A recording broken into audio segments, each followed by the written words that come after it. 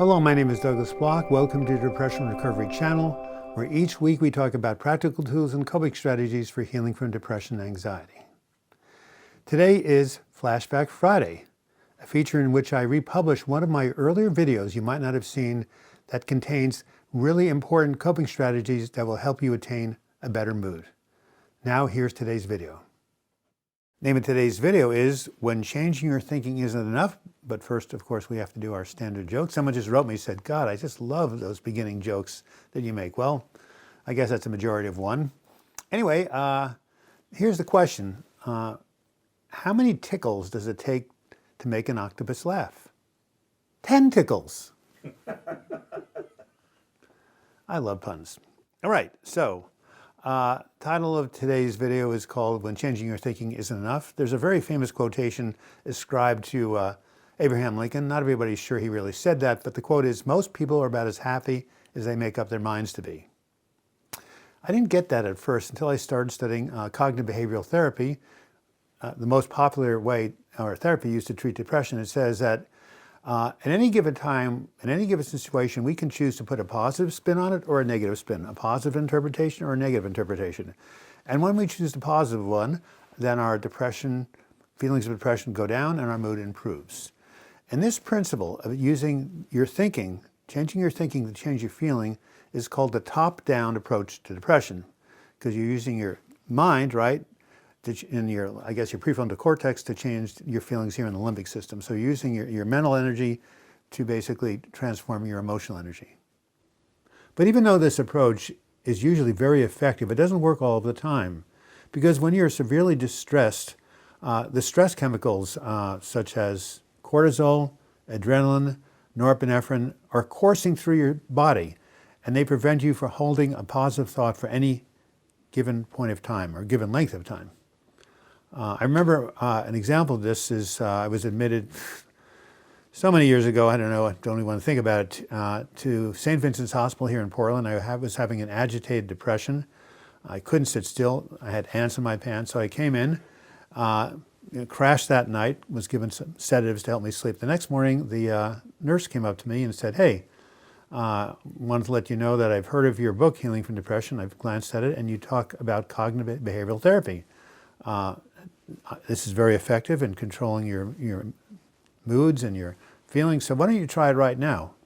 See if you can calm yourself down. I said, well, you know, I did it before I came in, but it didn't work. That's why I'm here, because I can't control my nervous system.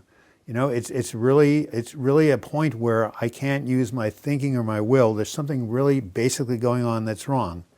She said, look, you know, I want you to try this out. We don't want to put you in a padded room. I said, a Klonopin would be preferred. What the nurse didn't understand is that this anxiety was not caused by my so-called stinking thinking. What was going on is that my amygdala was dysregulated. And the amygdala is a small almond-shaped structure in the midbrain known for its role in processing fear. And when the amygdala is triggered, you just can't talk yourself out of a physiological anxiety, because you move into this fear response and then you're in a fight or flight response. As a result, I was a prisoner of my own biology. In this case of extreme fear, the top-down approach of changing your thinking to change your feelings doesn't work. What is needed instead is what I call a bottom-up process, where you change your biology to change your thinking and feelings. As the great motivational trainer Tony Robbins once said, the quickest and the most direct way to change your state of mind is to change your physiology. This is, of course, why people turn to drugs, right? I think someone once said that it takes about 11 seconds if you smoke, you know, cocaine or something for the chemicals that get into your brain. That's pretty quick. Unfortunately, as Sigmund Freud discovered when he wrote a treatise on cocaine as a treatment for depression, what goes up must come down. So we got to find other ways that are not so damaging to the nervous system and a lot more effective. This is why exercise has time and again been proven as probably the most effective way to deal with reduce symptoms of depression and anxiety. Because when we exercise, what's released in the brain are called endorphins, or endogenous morphines that our body produces. And these are called feel-good chemicals. When I first started running in the 1970s, when running was coming into, into the United States is a big thing. We called this runner's high. You know, after 4 or 5 miles, you just felt this feeling of euphoria. Took you right over, and it was positively addicting. Still is for many people. Anyway, using this principle, I had a good friend years ago who was severely suicidal, so much so that he was actually committed to the state mental hospital, but they let him go out in passes every now and then. So I came in and said, Stephen, I know you're a cyclist like myself. Let's try an experiment. I'm going to race you up to the top of Rocky Butte, a place I've mentioned many times in these videos. So up we went. He's 20 years younger than I was, so he gave me a run for my money and actually slightly beat me at the top. He was panting, and I said to him when he kind of calmed down, I said, hey, were you having any thoughts of suicide or self-harm when you were coming up around the final bend? He said, no way, man. He said, all I could think about is catching my next breath. Besides using exercise, there are many other ways to change your physiology. Here are some of them. Drugs, which I mentioned, but in this case, legal drugs such as antidepressants, anti-anxiety medications, mood stabilizers, and hallucinogens such as ketamine and psilocybin. The latter two are now, at least in some places, legal. Deep breathing. Immersing your face in a sinkful or basin of cold water. This may seem strange, but it stimulates what is called the dive response, which induces a state of relaxation.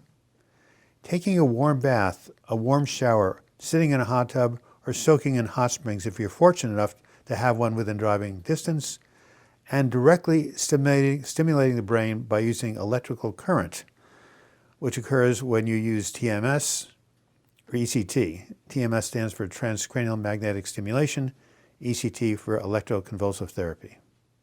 So if you find yourself in a state of extreme anxiety or depression, don't let anybody tell you that all you have to do is try a little harder or just think more positive. Once you employ some of these physiological interventions I'm talking about, then in a more calm state, you'll be able to use positive thinking to change your mood and feelings. This is why in managing the symptoms of depression and anxiety, I always tell people to use a holistic approach that involves body, mind, and spirit. This has been Douglas Bloch. I hope you found the information on this Flashback Friday video helpful. If so, please give it a like, as likes draw more and more people to this channel and hopefully some more subscribers. You can also leave your comments in the comments section or email me douglasbloch@gmail.com. If you do want to subscribe to this channel, click on my photo in the closing credits. You'll be taken to my subscribe page. And if you click on the bell to the right, you'll be notified every time I do a new video or live chat.